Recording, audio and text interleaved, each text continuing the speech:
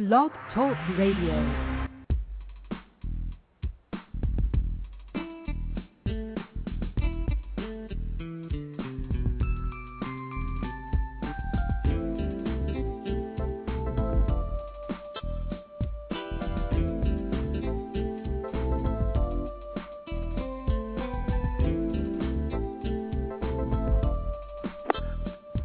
Hi, everyone, and welcome to Franchise Interviews, where we're asking the franchipreneur who owns one. I'm your host, Marty McDermott, with my co-host, Don Johnson. And if you ever dreamed of owning your own business, then you've come to the right place. We have a great show this morning. We're meeting with Nancy Weingartner, Executive Editor of Franchise Times Magazine, and Rick Obsit, Franchise Development Manager for Maaco. And Maaco is America's body shop with nearly 500 franchise locations across the continent, boasting system-wide sales that approach $500 million. And that's coming up in segment 2 of Franchise Interviews. So stick around because we got a great show.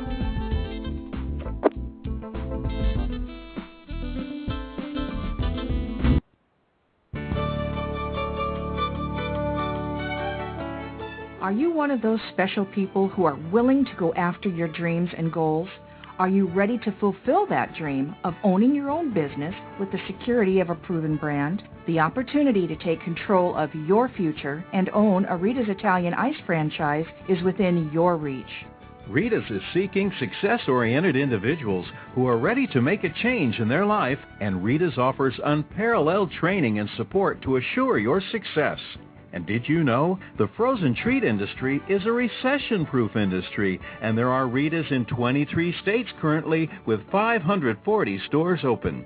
Rita's Italian Ice has been around for 25 years and is listed as a top-performing franchise by the Wall Street Journal. Now here's the really good part. Rita's Italian Ice is a unique and amazing taste treat. It's smoother than a snow cone, and it combines ice with real fresh fruit. The real fruit adds dramatically to the taste, and it comes in over 40 flavors. The ice and fruit are mixed on site and made fresh daily, and it is delicious. You'll want to know more about this exciting and successful franchise opportunity. Go to www.ownaritas.com and get all your questions answered. That's www.ownaritas.com to take control of your dreams and future today. You don't want to wait any longer to be a part of this adventure. www.ownaritas.com.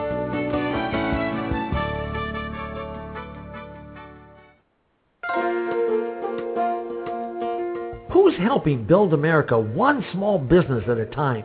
Franchise Inc., a free consulting service. For years, Franchise Inc., a national company, has been helping people franchise their business concept and help folks like you own a franchise. With over 2,500 franchise systems out there, it can be awfully confusing. Don't take chances with your future. At Franchise Inc., we've done the homework for you. We can help match your interest and background with the franchise that's right for you. And we only work with proven franchise systems with a solid reputation and track record of success. The consultants at Franchising can help you with your short and long-term wealth strategy. Give us a call today and we'll send you free our best-selling book, Solving the Puzzle of Owning a Franchise. Remember, it's not just owning a franchise, but finding the right one for you. Call us at 800-961-0420 for a quick consultation to discuss what's important to you, your business, and your future. The service is free. The book is free. What do you have to lose? Find the business that's right for you. Call Franchise Inc. at 800-961-0420. That's Franchise Inc. at 800-961-0420.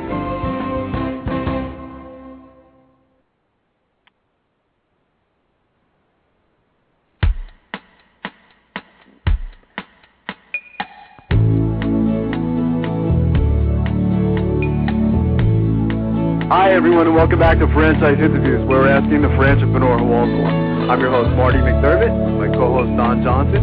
And if you ever dreamed of owning your own business, then you've come to the right place. How you doing today, Don? Welcome back. Yeah, I'm doing fine this week, Marty. How about yourself? Good, good. Beautiful weather here in Pennsylvania today. It's starting to warm up a bit, so kind of happy about that, kind of seeing traces of the spring, perhaps, so we'll have to wait and see. me about 20, 30 miles away. Not here, Marty. No, it's not. Okay. Well, it's been so cold. Yeah. That even like 40 degree temperature seems like it's spring. It's just it was wicked for several weeks. So yeah. But we got an interesting show today, don't we? What do we got going on today, Don? Well, Nancy Weingartner from Franchise Times, our friends, coming on to tell us what's coming up in the updating issue and what she's been up to lately, and Rick Obzit from Maaco, very well-known franchise nationwide, car painting franchise, and I guess, of course, a leader in their industry, so we're excited to have them on today. Yeah, no, absolutely. I've used their service before, by the way, and just fantastic. I mean, the car comes out great, so, yeah, have you used their service before, or? I don't think so, but my office manager today just said she got her car painted, and I teased her that, we're having Maaco on today. You could have gotten 60% off if you waited a few days. That's right. Franchise Interviews listeners get a 60% discount, right? We'll get killed on that one. But, yeah, no, that's fantastic. I'm looking forward to that, having Rick call in today, and Nancy. Definitely. So I know we have some interesting articles I wanted to get to, because I know Nancy was calling in probably in like about 10 minutes, so I thought we'd get right to that first. Yeah, good. Well, first, Marty, like what we always like to tell our listeners around the country, there's the Franchise and Business Opportunities Expo is going to be in your neck of the woods coming up January 30th and 31st, Philadelphia, Valley Forge Convention Center. That's interesting. I've never seen a show there before, or advertised. For the Philadelphia area, so it's pretty close to us. People want more information and time on it can go to PhiladelphiaFranchiseExpo.com. Yeah, no, as well as see all of their other shows they have throughout the year. These are the smaller regional shows that we've been to, and they're people looking for a business. There'll be a lot of opportunities there. Here's something from the BaltimoreSun.com. Yum Brands, Marty, gives $500,000 to provide food for victims in Haiti. Wow, that's this great. Is by the Associated Press out of Louisville. Yum Brands, operator of KFC, Taco Bell, and other major restaurant chains. We had them on a couple years ago, directing $500,000 from its program, World Hunger Relief, to provide food for earthquake victims in Haiti. The World Hunger Relief Program, which distributes funds Yum has raised, as well as food and funds that the company donates, has been running since 2007. The situation in Haiti is devastating, and our sympathies go out to everyone impacted, says David Novak, CEO of the company. Customers who want to make donations to World Hunger Relief can go to FromHungerToHope.com, as well as Yum Brands' website. And also McDonald's, this is through also the Associated Press, McDonald's expected to donate at least $1 million to aid victims of the Haiti earthquake. Wow, which is it's incredible, isn't it? Devastating, yeah. So and it's amazing, I mean, those two, franchises that you just mentioned. I mean, those guys are on the top of like the franchise list. I mean, I was looking at the Franchise Times top 200, and look who's on the top: McDonald's and Yum Brands. I mean, it's right. There's a lot of benefit to doing good. McDonald's also, Marty says, the company. From Sunday until next Friday, any restaurants run by Arcos Dorados in 19 countries will donate 50 cents from the sale of each Big Mac sandwich. Wow. And Big Mac extra value meals to quake victims. I mean, that's huge. That's great. Well, there could be millions of, it could be, I don't know how many Big Macs are, But, sold each day, I know. Well, it's you figure this, was it like 33,000 McDonald's restaurants on the planet, and it's just wonderful to see, people helping out, in any way they can, whether it's, donating to the Red Cross or, right. their church or whatever it may be. But I think everyone can really help out in this situation, so absolutely. I can't even watch the news. It's just, it gets so it's unbelievable. It yeah. really is. It's just hard to imagine, that something like this could happen. Right. The question is why, it's just... it's really devastating, but it is good to see that, people are helping out and coming together, and, right. It's going to take a while to rebuild, that's for sure. Yeah, it's really a shame. Yeah. There's something also, Marty, landlords to restaurant chains. Let's make a deal. The recession has turned the tables on landlords who are now offering restaurant chains attractive rents and more. We've discussed this throughout the year. I thought this was an interesting article by David Farkas from Chain Leader, dated January 15th. Had more landlords been willing to work with Chili's Grill and Bar in the 80s, the casual dining chain might have opened a lot more restaurants, but developers sometimes balked at Chili's loudly striped awnings, a crucial brand element. Can you imagine that? That's how things have changed. Landlords were, if they're picky about how a restaurant chain's colors or their awning or something they didn't like, they can easily balk on it. But let me go on here. We killed many deals if they wanted us to have their awning, recalls Clark Nippers, the then VP of Real Estate and Development for Chili's parent company, Brinker International. Until recently, landlords have had no problem asking for and often getting their awnings or whatever else they wanted in leasehold agreements. Competition for good sites was fierce among fast-growing restaurants and retailers, which typically acceded to landlords' demands. Not anymore. Supply and demand has flipped. Now it's a tenant's market, says Nippers, founder and president of Dallas-based Foremark, consultantly specializing in restaurant real estate. Blame the poor economy, which is tanking businesses and freeing up loads of commercial space at attractive prices. Spring recount data from market research and MPD Group show the U.S. total restaurant count slipped 0.6% in 2008. Experts believe that percentage is sure to climb when new data are out later this month. I definitely think there is a reason to believe so given persistently weak industry sales trends. Excess capacity means lower rents, already down 10% on average nationally, according to Jones Lang LaSalle. They will tumble another 5 to 7% this year, especially in secondary markets, notes a report from the Chicago-based real estate services firm. Rent declines in the most construction-heavy markets like Atlanta, Charlotte, and Miami will approach double digits in the first half of 2010. The firm doesn't expect rents to begin rising until 2011. It goes on here. Let me see. A fall survey of property owners by National Real Estate Investor, a trade publication, showed that 52% expected effective rents to decrease the next 12 months compared to 38% who projected declines 3 months earlier. The upside for restaurant chains, especially growth-oriented chains, is deals galore. Lease terms, including mid-lease, have changed dramatically over the last 12 months. Wow. You said something, I forgot to tell you this. You said something brilliant last week. I thought you called 2010, I don't know if you remember this, the year of the Franchipreneur, meaning that there's some killer deals being offered with leases right now. We've seen that, and we've referenced it a lot on segment 1 of our show, either getting like 6 months free or whatever it may be. Right. And there's a lot of franchisors also out there, Don, giving some killer deals as well, aren't they? Like they're, dropping the franchise fee and things like that. I mean, some offers that we're just probably never going to see again, coming great location. We've talked about that as in rough times, there's going to be opportunities and deals. And well, you called it the year of the Franchipreneur. I don't know if you remember that. I was listening to last week's show, and I said, damn, sometimes he really comes up with some clever comments, that... It's rare, but yeah. So it's true. I mean, I think there's still some great deals out there. I see it, in Easton, which is the closest city to us. I mean, there's some killer locations, like, right by the water and just... Right. So who knows? We're going to have to keep our eye on that. But I'm glad you brought that article to our attention because it is something that we've been talking about, on the show from time to time. So, yeah, I mean, this is, I think this is going to be a very interesting year. Right. I think the overall consensus, and I talk to people nationwide through my financing business, and most people have a little more activity going on. Right. Their phones are ringing more. They're feeling more optimistic. And, the economy can't stay down forever. So, right. It's true. Absolutely. I mean, 2009 was just so tough, So it sounds like you want to go on record as calling 2010 the year of the Franchipreneur. Yes, I do. Put that on the website. It says here, Marty, Larry Feldman, CEO of Subway Development Corp., says, we are getting real estate deals we've never gotten before. There you go. They have over 1,000 sandwich shops, obviously. Landlords are splitting space and cutting rents.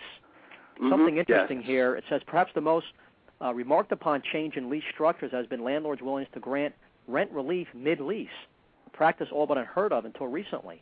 I've never seen anything like this, says Madison Job, VP of Development for Dallas-based Pizza Inn, referring to rent restructuring. I've never experienced anything like that we're going through now, nor have any colleagues I've spoken to. So landlords are willing to also restructure a lease once it's signed, a contract, an agreement. Wow. And, and we've had it attorneys on the phone, franchise attorneys, talking about the negotiating of lease space. So I'm sure they're having a great time right now with all these opportunities. Oh, absolutely. The complexities too of also, sometimes is a lease space, is it appropriate for your type of franchise as well, though? I mean, there's a lot of variables that go into the whole thing. It's funny, whatever you said lit up the whole switchboard. I mean, I've never seen our switchboard so full. If a bunch of people just called in. Why don't you just get off the air, Marty? I'll finish the show. There you go. But as good as I see Nancy called in. If you're a frequent listener to our radio show, then you know what fans Don and I are, Franchise Times Magazine. And today we have the pleasure of speaking again with Nancy Weingartner. Hey, Nancy, how you doing today? I'm doing fine, thank you. Oh, that's terrific, Nancy. And Nancy, joining us is my co-host, Don Johnson. And Don, hey, Nancy. Say hi. Hi, Happy Don. New Year. How's it going? Happy New Year to you also. Thank you. I like your Fantrepreneur. You need to send me the spelling of that, though. Yeah, I know. It's Don every so often, Nancy, comes up with a brilliant quote, and I just, and he rubs it in a lot, too. Every so often he'll get quoted in a journal like yours or, whatever it may be, so it's something, and I can't let him stop. Don and I love the article in your last edition of Franchise Times about your trip to Africa, Nancy, with Dunn Brothers. It really sounds like, reading the article that the trip really did change your life. Would you say so? I think it did. I hope it. I hope it did. So yeah. I did a little continuation in my column for yes. the February issue. So you'll have to see if you think it did change. Oh, absolutely. The February issue. An appreciation for life too. I really was moved by the article because you were talking about your dog, and our family just put down our dog this week, So you really have that appreciation for life when you see those things. You know what I mean? And you come back here to the States because I think we forget. And I remember, and I've said this to a dozen people so far, and we had you on our show last time. How you said how people were just so happy there, in that country. And we don't always have that here in the United States. So you had in here, Nancy, you say you ended the safari with a gourmet breakfast on the river while you were looking at hippos. I mean, did you lose your appetite as you're... No, they make you feel really small, so you feel like you can eat a lot. That's true. I didn't think about that. It was interesting in the article, Nancy, Dunn Brothers, I mean, they really sound like a fascinating company. It mentioned in the article that... I guess because they're smaller, they can roast their coffee on site because I think they're still under 100 units, so they could buy in smaller batches. And I think what they're thinking of, too, is I guess when they bring on new franchisees to possibly bring them on a trip just like you went on as well. Is that true? Yeah. Yeah, I think that's what Chris Eilers is thinking about, which I think is brilliant because when you get over there, you have so much more of appreciation. And it is more than just drinking a cup of coffee. I mean, it's such an important economy for them. So I hope they are able to do that. And you're I like how you ended the article talking about, Nancy, just in general, money isn't everything, It's, they live in poverty, but I guess there's good spirits, close families, it's interesting culture. A real sense of community, and I think it's kind of interesting because we're seeing that in Haiti now, where they're bad times, you get together and you help out, and I kind of think about in my neighborhood, we all just kind of drive into our garages and close the doors, and that's it.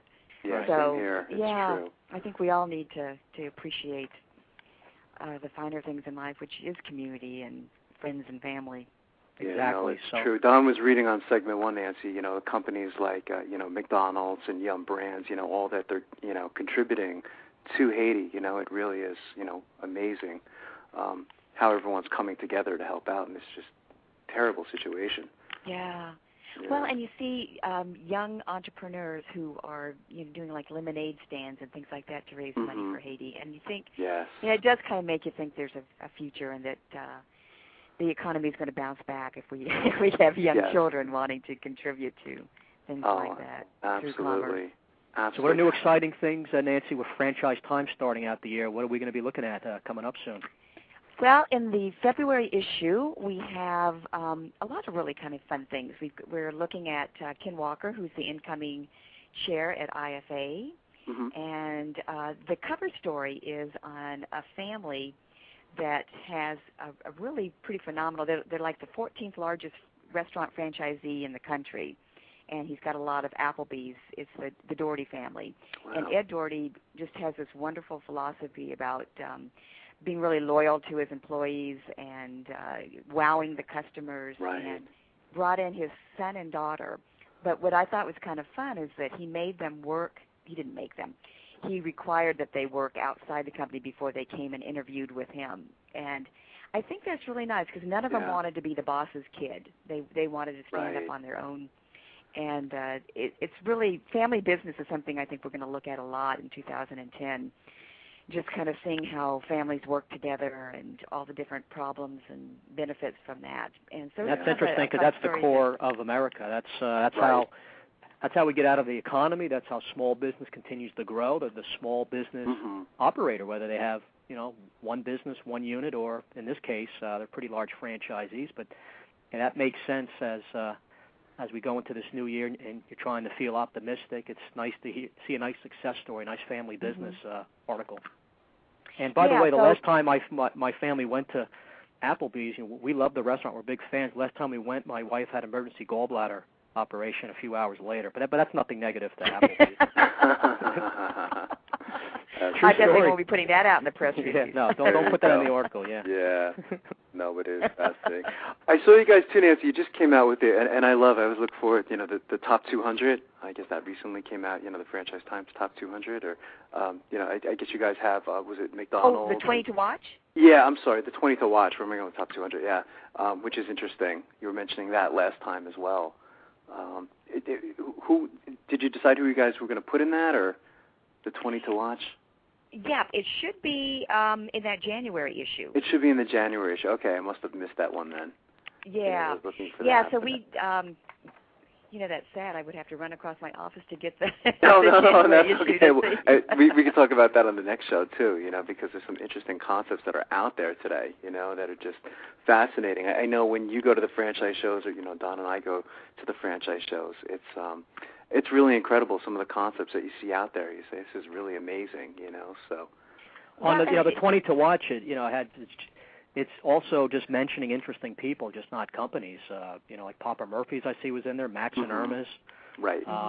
Article of David Gorinkin, who I guess was a feature article, during the year. Right. He just left. CEO of Bennigan's, Mm-hmm. And Burger King, and talking about financing and SBA loans, and Dunn Brothers, and of course we know Darrell Johnson at Fran Data. Yeah, right. It was a great article. Yeah, I'm just fascinated with Dunn Brothers too. I wasn't very familiar with them, Nancy, before your articles and your trip and things like that. I heard of them, but now that I've read about them and I've studied them, they do seem like a fascinating company. And it was funny because you weren't a big coffee drinker, were you? Are you a big diet Dr. Pepper drinker, if I recall? Exactly. So are you drinking more coffee now, or now that I am. I still haven't switched over altogether, but I am drinking more. I still have to put a lot of milk and a lot of sugar in it. So. Oh, that's so funny. Oh, geez. Yes, we have about 30 seconds. What's the best way for our listeners to get more information on Franchise Times Magazine? Is there like a website they can go to, a number they can call? Can. Okay. They can go to www.franchisetimes.com. They can email me at nancyw@franchisetimes.com. And we always love story leads, and we, particularly now with family businesses, we'd love to hear who's doing some really wonderful, innovative things, bringing their families into their business, maybe leaving them to the second generation or third generation. Yeah, we did an interesting story, Don. If you remember, Christine Speck of Cousin Subs, you probably heard of them, Nancy, but the daughter of, I guess, the founder of the company, it reminded me of the story you were telling. She kind of went off on her own. She started working at Cousins, and then she went to go pursue her own career, and I think now she's the CEO of the company. Isn't she, Don, or the president of Cousins, and she really loves it. You could just sense her passion when we had her on the show. And I think she visited every single franchisee as well. She took a tour and met with all of them. So the family business is just, I'm fascinated with that whole concept. It's very interesting. And remember, anybody who goes Franchise Times, immediately go to the last page. Just flip right to the back and read that article, right, Nancy? I think so. I don't know anybody that would start at the front of the magazine. Yeah, don't tell Mary Jo, right? It's like that's right. I'll have have to make sure she doesn't listen to this. Absolutely. All right. Well, it's great talking to you, Nancy, and we're looking forward to having you guys back on next month to talk about what's going on with Franchise Times. You guys have a great magazine. Thank you so much. Thanks, Nancy. Have a great day. We appreciate Take care, Nancy. Thank you. She's care. fantastic, isn't she, Don? Yeah. I love having her on the show, and just she writes about such interesting things. There'll always be a lot of stuff to talk to her about.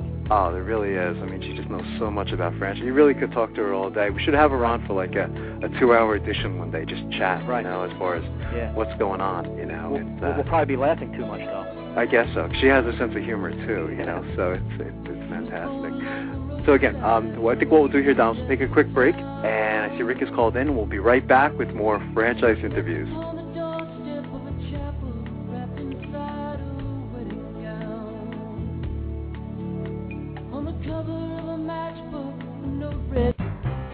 Franchise Interviews.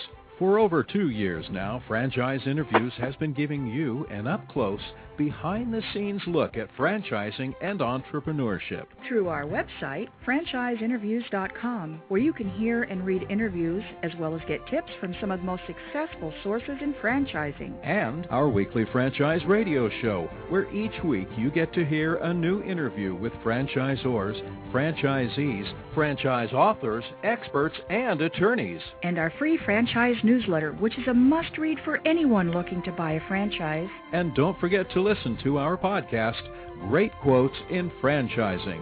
For more information, go to franchiseinterviews.com or call us at 610-905-2919. That's 610-905-2919. Big Mouth!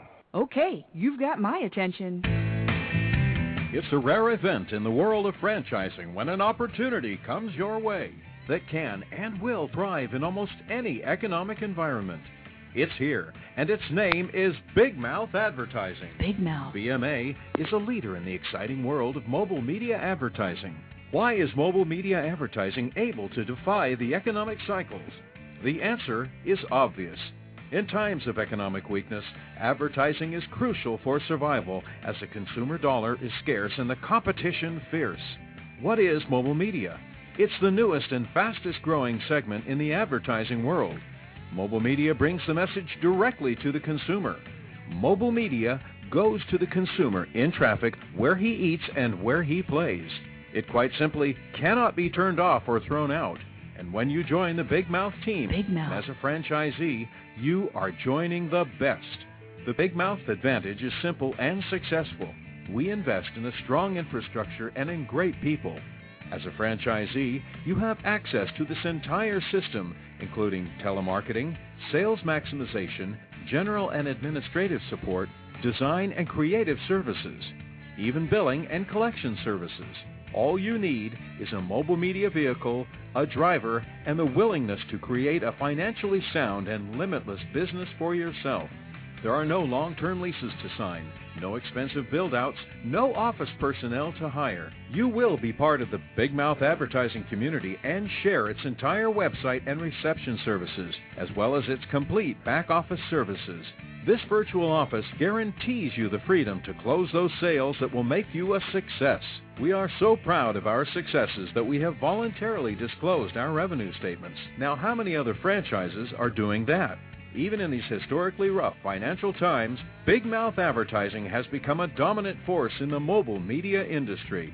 Join the Big Mouth team and take the first step toward financial freedom. Please call Ron at 888-98-GO-BIG. That's 888-98-GO-BIG. Big Mouth!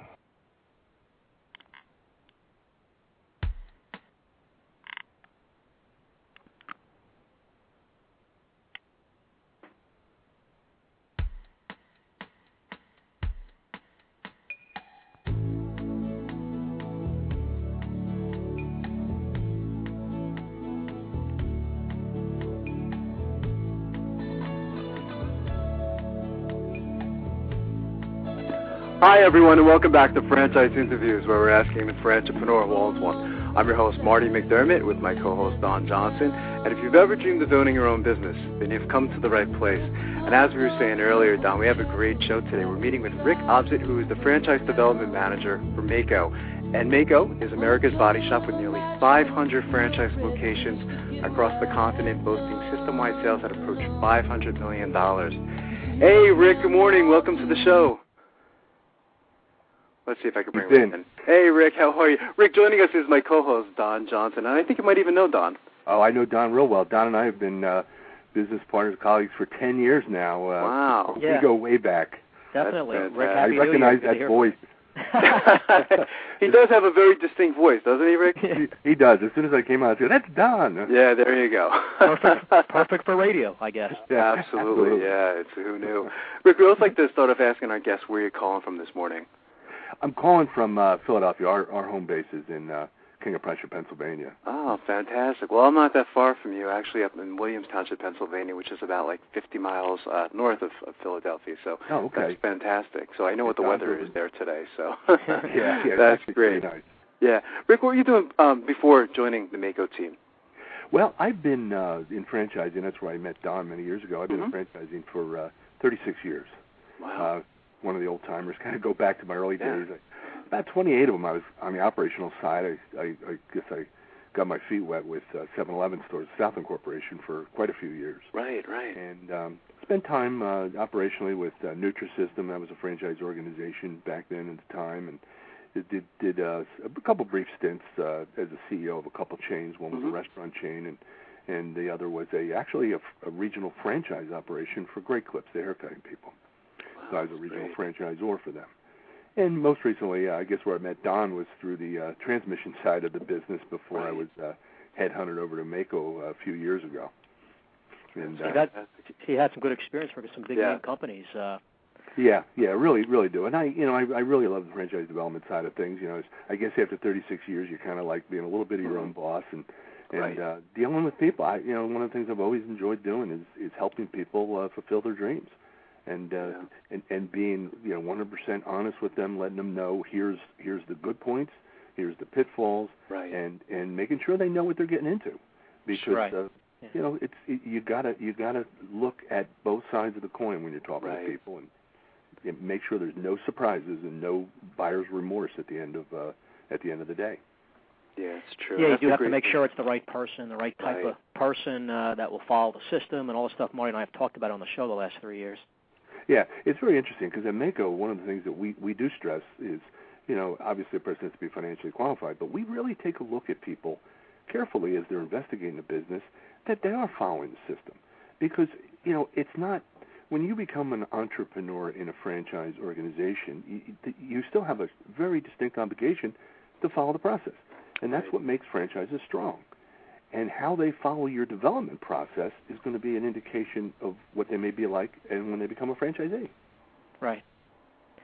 So, of course, Maaco, quite a history, well-known nationwide company, over 500 units. Maybe talk about, Rick, the history of the company and who started it and when they began franchising and everything. Well, it was founded. We were founded 38 years ago, and it's one of those absolute franchise entrepreneur. We were founded by Tony Martino. Now, if you know the name and a lot of people, he was the IFA Man of the Year, etc. But Tony originally founded AMCO, the Anthony A. Martino Company. Right. And after about 10 years or so, he sold that to his partner, and he went off and he founded Maaco, the Martino Anthony A. Company. Had that forever. It was always his flagship. He also founded during that period of time the Goddard Schools, another premier franchise. Yeah. So he was a true entrepreneur. Unfortunately, about 2 years ago, Tony passed away very suddenly, and it was kind of a shock to everybody. And his family sold the business, but I think the marriage that we have now with our new parent company, Driven Brands. Right. I was listening to Nancy in the last segment. She talked about Ken Walker. Well, Ken Walker is our CEO. He's the CEO of Driven Brands, which includes Maaco, Meineke, Econolube, plus all our mobile brands. So we're now one of the world's biggest automotive aftermarket companies in the world. And I think one of the things that's very exciting for us is the fact that tremendous synergies with each other. Right. You know, Meineke was on their side of it, and German Brands was very, very good in terms of the IT technology sides of things. Yeah. Maaco, very good in terms of fleet management, system operation, etc. So we have provided just, I think, a terrific marriage, if you will. And now with Ken and his dedication to the IFA, it's just a home run. Yeah, absolutely. I agree. Everything's just going to get better. Yeah, we would have loved to have had Tony on the show. Him being such an icon, basically. Mm-hmm. I mean, really, of course, a franchise Hall of Famer, starting up several successful. Wasn't he, Rick, the only person to have started up 3 successful franchise companies having at least 100 units? It was something like that. He set a record, I think. Yeah, he really did, and it was interesting. I was just privileged to the fact that I was able to work with Tony for a number of years, and he was there every day. I mean, I saw him 15 times a day walking past my office. Wow. He was a wanderer. You know? And I met him, Marty. I was at an appointment. Oh, really? I'm pretty sure this was at Maaco. This was like about 5 years ago, 5-6 years ago at least, and meeting with a few people in development, and all of a sudden he comes in, and it was great. Got to talk to him a few minutes. He cracked a few jokes. I think I made him laugh a little bit, and so. Tony was a real personality, no doubt about it. Yeah. Oh, that's fantastic. So for people listening, Rick, tell us about just the Maaco franchise system. Just tell us about what the highlights are for people listening or considering investing in a Maaco. What are the highlights?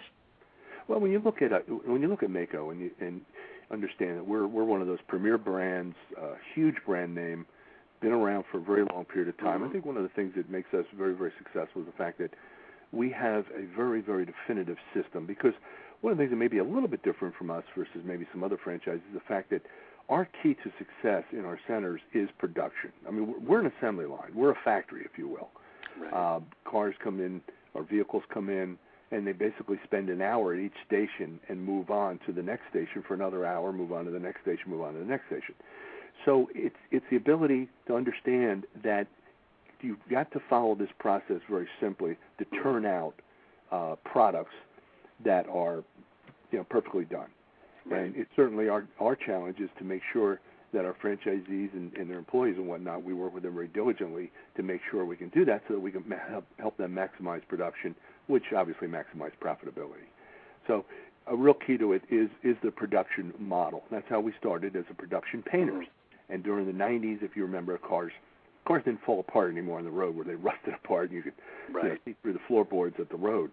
They started developing better clear coats, after coats, undercoats, etc., fiberglass. And all of a sudden they went from 5 or 6 years, they started lasting 9. We expect that to go over 10 years, that the average car will stay on the road 10 years. Wow. So we expect that to and continue to grow, which means after a while the cars need to be faded. One of the things I think is a real key to us, especially during these times, is we are a very recession-resistant business. And the reason to say that is, read the papers. Nobody's buying new cars right now. They're fixing, they're keeping their cars longer, and the automotive aftermarket is thriving right now, as we do all the time because there's over 240 million vehicles on the road right now. So what happens is the cars are lasting longer and longer. People are holding on to them. This is the 4th recession in a row where our average unit volume has actually grown. I mean, amazing.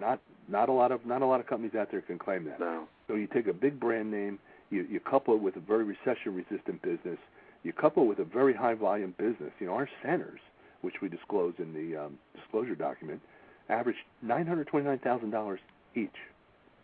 So it's a very high-volume business also. And consider we're open 8 to 5, Monday through Friday. So we're pushing almost $1 million through the door in a very compressed amount of time. And when we look for what type of franchisees do we look for, people, our franchisee is a person who really fulfills 3 roles. One, the customer side of the business. We advertise, people call on the phone, give them directions, they come in for a free estimate, and they produce the estimate. Normally either them or the employee does that function. So it's a question of getting the customers retained, obviously, as a job. The second part is the production, managing that production flow, making sure that production, because if one area slows, guess what happens to a production line? Right. It all slows. Exactly. And then, of course, the third one is the financial aspects, cost savings, etc. So we look for a franchisee with one or more of those attributes in their background. And it's very important to us because we want successful franchisees. We don't want people coming on board not knowing what our system is and what their capabilities are. We want to make sure there's a good marriage, a good fit, and they'll be very, very happy in this business. The automobile's been around for 110 years. Doesn't appear to be going anywhere. So it's interesting, Rick. So, I mean, their background, their previous lives, I mean, really could have been anything, right? I mean, I guess they could be accountants or lawyers, whatever it may be. I mean, as long as they fit those three criteria that you mentioned. Oh, absolutely, yeah. I just franchised this past week to a pilot. Wow, that's interesting. Don, you would like that with your dad being a pilot. Well, Rick, my dad was a pilot, and I guess real entrepreneur too. Yeah. Well, the pilots get tested, and it's not quite the great industry it was years ago. I guess back when pilots had seniority. But my dad had a car wash, a motel. My family still has other investments. So I guess sometimes, or just people in general, sometimes, especially the way the new economy, people just want to diversify and maybe own a couple different businesses. I mean, I was going to ask you, are you seeing more people, business owners now, who maybe want a second or third business? You seeing more of that, Rick? Yeah, without a doubt. It was interesting too with the I mentioned about the pilot. His background also as his hobby, he's a race car driver. That's interesting. So he kind of loves the environment, if you will. Good match, yeah. Yeah. Now we're seeing a lot of people right now during as you know, both of you have been around franchising for a while. During tough economic times, we get busy in franchise development. There's a lot of people looking for jobs. There's a lot of people worried about their jobs. There's a lot of people out there with some 401k money, or they've developed a little nest egg, and they're saying, you know what, now's the time to diversify. Now's the time to get into a business and kind of start working for myself instead of always working for the man, so to speak. Right. And we're busy. We've been busy for 2 years now as tougher economic times have hit, and I'm talking to 20, 30, 40 people a day. Wow, great. So it stays very busy. That's interesting. I was going to say, earlier in segment one, Rick, we were talking about the location factor, so Don was reading an article saying that, there's a lot of killer locations out there. Have you guys seen that, and what kind of location do your franchisees look for? I mean, what kind of space? Right. Well, one of the things that we tell people right now, which is very, very, very true, is, as you know, prices are depressed on the real estate market. Now is a buyer's market, no question about it. You're looking at bargains out there on real estate properties that are just, we haven't seen in decades. Yeah. And we're finding them readily, and we're finding the prices are extraordinarily good. Many of the markets, unfortunately, have suffered through the worst economic times. It's become a much easier market to deal in the real estate end of things. Now, when you look at our real estate, one of the things that we look at, too, with our franchisees is the fact that we encourage ownership of the property. Because what happens is I always tell people, make sure you understand what the system is and make sure you understand what the exit strategy is out of a business. Because someday you're going to need to exit from the business. Right. So when you look at, we have a very, very high-volume business, then you can have an asset growing for you. If not up front, we'll help you negotiate we have a very full-service real estate department, help you negotiate lease purchase options so that you can eventually own the real estate. And that becomes what we call your 21st century 401k. Right. Because as you get ready, you can either, keep the business, back off, having somebody start to operate it for you and still be the landlord. Or you can sell the business and still be the landlord. So real estate is a terrific investment. It may have its ups and downs, but in the long term, it's certainly not going anywhere. Now, with our real estate, we look for 8,000 average square feet property. We need parking for about 50 cars because we do stay very, very busy. And most towns are going to put our type of business into, light industrial, commercially zoned areas and whatnot. So it's not a business. We're not an impulse business. We're a destination business, which means people are going to call you on the phone. They're not going to pull in and, hey, will you replace my bumper for me? I've got a couple days on my hands, or fix the side of my car or whatever. We're a destination business. That's why we advertise heavily to drive lead calls to us so that we can fix their car. And People are in love with their cars. I mean, let's face it, it's your second biggest investment. You want to be proud of what you drive. You want to be proud of when you pull into your employee parking lot that, people aren't looking at you like, whoa, what happened to you? Yeah, so true. They're getting them fixed. And, real estate is a very big part of our business. And it's because we really want you to have two income streams, obviously from a cash flow business, but also from the real estate end of it.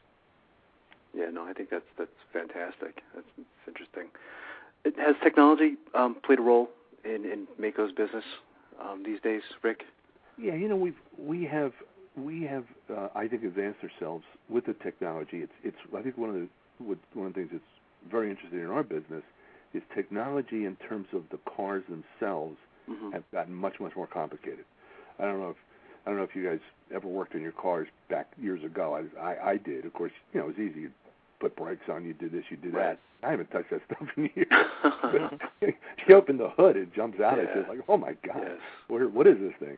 So, and it's become so complicated that part of the business, especially when it comes to the parts and things, you have to know what you're doing, and you have to be able to get the answers so that we can replace those parts and things. In the old days, most of it, what we used to do was kind of, straighten, fill, etc. Now a lot of it's parts replacements. You get hit in those fiberglass or bumpers, it's a replacement. You crack the thing in half. You're not going to. You can fix some of it. You can fix a number of the smaller hits, but many times when you get hit in a crash that's over 10 miles an hour, it's a part replacement. The other thing is all of the materials that we're using, and we are absolutely concentrating in Maaco on what we call late model seamless repair. Our term for it that we've registered is called Cosmolision Service, and that is where you get hit, a drivable hit, and we have to repair it. Well, it has to be an absolute perfect late model seamless repair that you can't tell was ever repaired. And the materials that we use are very, the latest and greatest materials for fixing those things, in terms of plastics and epoxies and things of that nature, to be able to bond the two elements together. So technology does play a part in that, and then keeping our people up to speed. A lot of the actual workmanship of it is still the same old craftsmanship that's been there for 100 years. Right. It's the materials that have really been up to date. And for our franchisees, of course, through Driven Brands, we have Maaco University now available to our franchisees, where we have webinars on all the different trainings and employee trainings and things. And it's been one of the great advancements through Driven Brands that's really helped our franchisees in terms of having literally a university at your fingertips for new people and for management. So maybe talk about that, Rick, a little bit, the training for new franchisee. I imagine you have, just unbelievable training process. Yeah, it really is, Don. And it's one of the things I stress very heavily to any people I work with, because most people come into it and nobody, when they're looking at a franchise, goes, oh, I want automotive, because they automatically think they have to work on cars. Right. But that's the furthest thing from the truth. We don't want them working on cars. We want them concentrating on their business in those three key areas I discussed. And a lot of people come in and say, well, I really don't know a lot. I've never done body work. I've never done this. It's too complicated. Well, that's why you franchise. Let the franchisor stand behind and give you the expertise and knowledge that you need. At Maaco, we're very proud of the fact that we probably have one of the most comprehensive training programs for our new franchisees. Firstly, we have a 4-week training in our home office in King of Prussia. About 75% classroom, concentrating on those three key elements of the customer, the production, and the finance. About 25% out of classroom. With our new franchisees, we'll actually have them sand and tape and paint and mask and detail a car, so that not so they can do it, just so they can understand the process. We'll take them out to centers and let them do estimates. We'll take them out with a trainer to go out and visit with a used car dealer, etc., so they understand that process. Once they graduate after the 4 weeks, we want to get them open 4 or 5 weeks later. We have a new center development team that is just outstanding. They come in about a week to 10 days ahead of time and help the franchisee interview, hire, and train the initial crew. They also will help them do all the initial estimates. They will probably be there for about anywhere from a 2 to 4 week stretch, and then back off come back in maybe a few weeks later, depending on what their areas of where they need additional work are. During that time, though, the trainer's boss, the supervisor, is talking to them literally every single day, and up front multiple times a day. And the purpose is to keep them focused on key areas, to make sure that they are operating efficient, that they are certified. They're doing those late model seamless repairs perfectly, that they are making money. They're compliant. And also that their volume is taking off and starting to grow towards the chain averages. Their experience in new center development may last anywhere from 6 to 12 months before we graduate them out of there. So both of you are very familiar with franchising, and I'm sure you can appreciate that is a very, very intensive new center development training. Yeah, absolutely. It's probably one of the longest training periods I've heard of. Yeah, it sounds like it, yeah. Yeah. The more the better. You know, and that's why we have such a very strong track record of success with our franchisees, and we also have a strong track record of ramp-up time with our franchisees. And I think a lot of it is training. Let's face it, you know, you don't listen to something one time and you learn it. Learning's repetition, and you've got to go over it and over and over and over it until it finally sinks in your sleep. Oh, that's true. What's a typical day like for a Maaco franchisee, Rick? I mean, it sounds like they're great hours. I mean, so it definitely provides a certain lifestyle for your franchisee. I think where they're home maybe at a decent hour. Yep. So what is a typical day like from like morning to the end of the day? Well, there's no question. The mornings are the critical times in our business. Mm-hmm. The morning is when you're there ahead of time. Before you open at 8, the crew gets in a little bit before 8. You have your team meeting, and everything is basically set for the day. Here's the schedule of events, because you've got to make sure that as you're scheduling your crew that you're not sending 4 Ford F-150 full paint jobs through one right after the other, because it's going to slow the production line, because they may take an hour and a half instead of an hour. You want to pulse things. So you're looking at your scheduling, you're making sure they have the materials, their spaces are ready to go. So when they come in, here's the team meeting, here's the schedule for the day, this is what we need to get out. Mornings are always the busiest, and then let them get going. Also, in the mornings are when a lot of people want to show up and drop their cars off. So you're dealing with the customer base at that time also. And the day will progress, normally a few hours, make sure everybody's off and running. Our franchisee may elect at that time, well, let me go out and talk to some commercial and fleet guys. I got a couple car dealers I want to go talk to, or I've got Chamber of Commerce meeting that I'd like to attend and kind of rub elbows. Basically come back and forth into the meeting. Be involved in the community, but also keep your eye on the production, because I tell people in this business, it's like the ocean. It's beautiful to watch. Don't turn your back on it. We lock the doors at 5. Some of our centers may stay open just to one night or two nights a week, just as a courtesy to people to come in that couldn't make it during the week. But as one person doing estimates. At 5, we're locked. We stress quality of life. We want our franchisees home eating dinner with their family. Right. We want them to get ready and have a good night's rest, because the next day, guess what? You're pushing a bunch more cars through here because it's busy. True. You've got vendors coming in, dropping off parts. You've got paint suppliers, etc. So it is very busy, and you also want to be able to manage not just the production flow, but manage the cost structures. We're open half a day on Saturday, but it's not a production day. It's that 1, maybe 2 people just there to assist customers with estimates and deliveries, and that's 9 to 12 on Saturday. So it is good quality. We want our people to go on vacations. We want our people to enjoy nights, holidays, and weekends, and be with their family. Enjoy that quality. In the first segment, Rick, we talked about just the opportunities that's been going on for a while now with franchisees leasing space. A lot of Maaco owners lease their space. I imagine some own the real estate, but there's great deals going on, which I'm sure is great for their overhead. Well, it really is. What happens, Don, with that is about 10% of our franchisees will buy their real estate up front.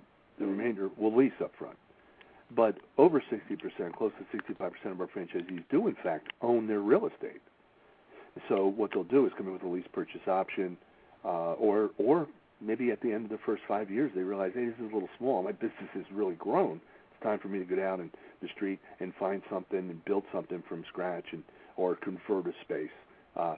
We also do conversions in terms of converting body shops.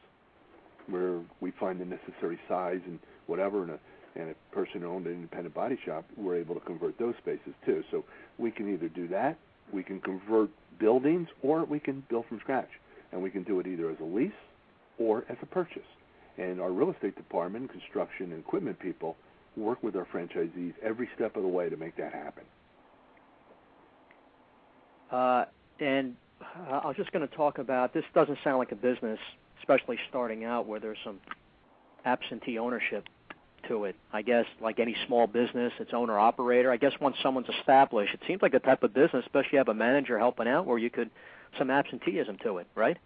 Yeah, absolutely.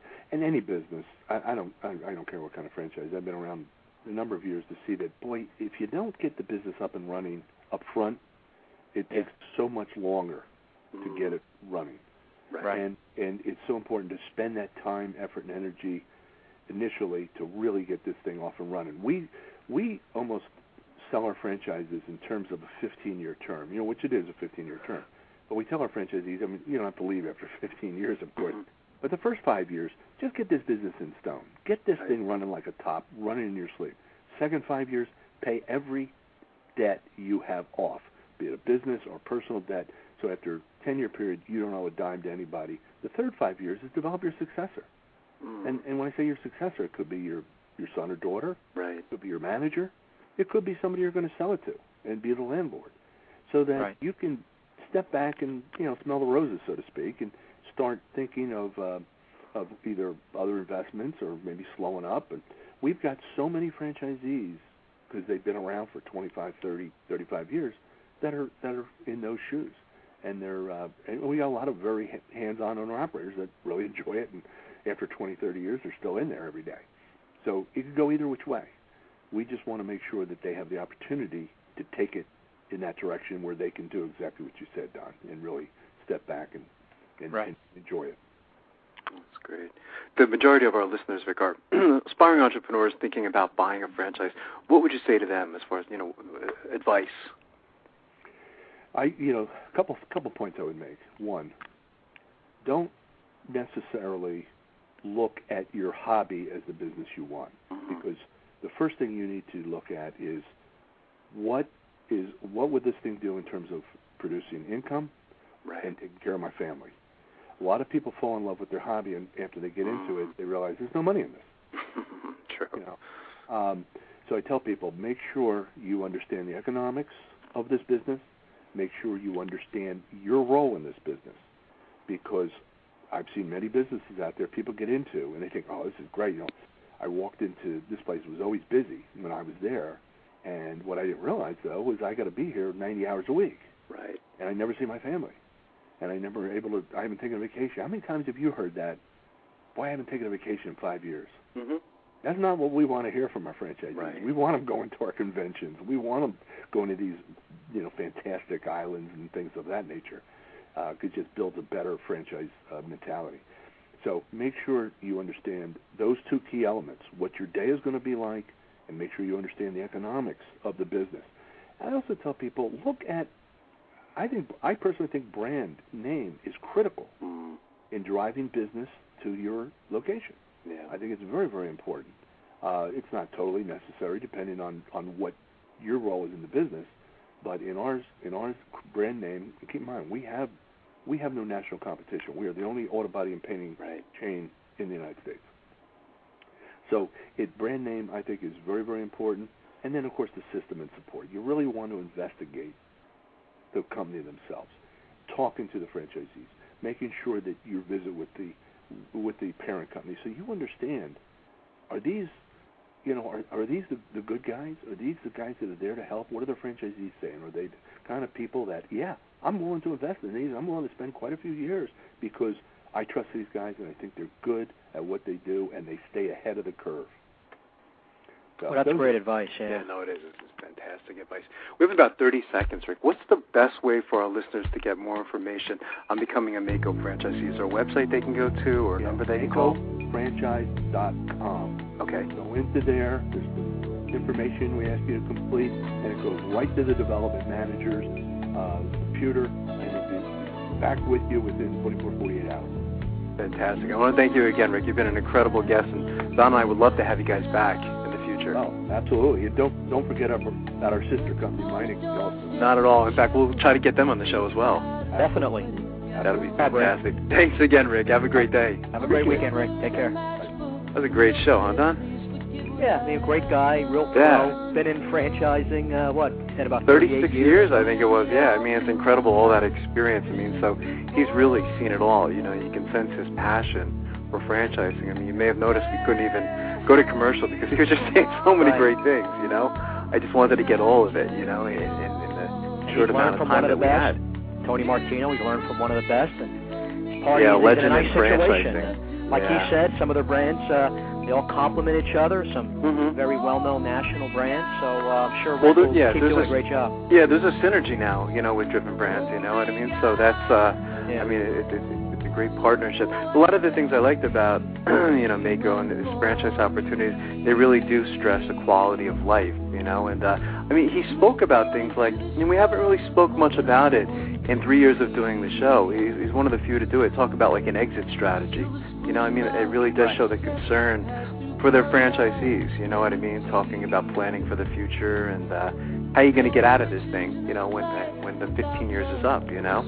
Yeah, I mean, you know, they don't have the pressure to add franchisees. They can pick and choose and just make sure it's the right match, the right fit, who they're bringing into the system. Yeah, it's some training program, isn't it? I mean, it's just pretty intense. I mean, in the 3 years we've been doing the show, it's a strong program. And, you know, the whole technology thing with the webinars and things like that, I attend a lot of those webinars and, you know, for a lot of different things. But, I mean, they really are fantastic, right from your own home office, you know, and just really great. So it was a fantastic guest. Love to have, you know, some of their, you know, sister brands on the show as well. You know, right, and, definitely. Talk to those guys. So great job on segment 1 today, Don. Good articles. And for our listeners, thanks for listening. Go to franchiseinterviews.com, franchisefunding.net, and gofranchise.com. And I'll be talking to you next week, Don. Great, Marty. Have a great day. Good job. Thanks, everyone.